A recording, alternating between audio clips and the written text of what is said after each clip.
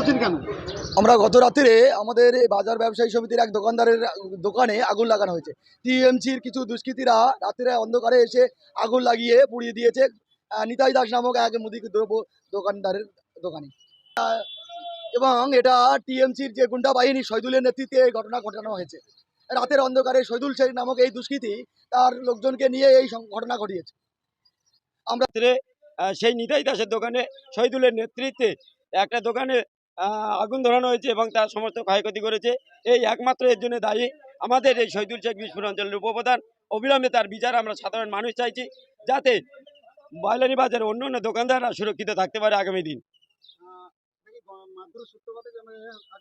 হ্যাঁ, এটা মারধর, কারণ সে টাকা চেয়েছে, এ মেরেছে, উভয় মারামারি পক্ষে যে মনকষা চেয়েছে, কিন্তু শহীদুল শেখ নেতৃত্ব এটা সেই অপরাধে, তার টাকা চাওয়ার, দোকানদার টাকা চাওয়ার অপরাধে যখন তাকে একটু মান সম্মান হানি হয়েছে, তার অপরাধে শহীদুল এটাকে বুঝিয়ে দিল যে আমি বিষ্ণুপুর অঞ্চলে আগুন ধরাতে পারি, জ্বালাতে পারি, কারণ এরাই একটা তৃণমূলের গুন্ডা দল, এরাই সমাজে সন্ত্রাস লাগাবে, এরাই সাম্প্রদায়িক দল।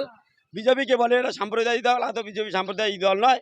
আজকে যে ঘটনাটা ঘটিয়ে দিল, এবার যদি কোনো দাঙ্গা বাঁধে তার জন্য বিজেপি কোনো রকম দায়ী নয়, দায়ী হচ্ছে তৃণমূল এখন আপাতত নেই, তার গুন্ডারা আছে, সেই গুন্ডারাই এইটা সাম্প্রদায়িকতার জন্য 1 নম্বর দায়ী। আমার নাম প্রশান্ত মাইতি।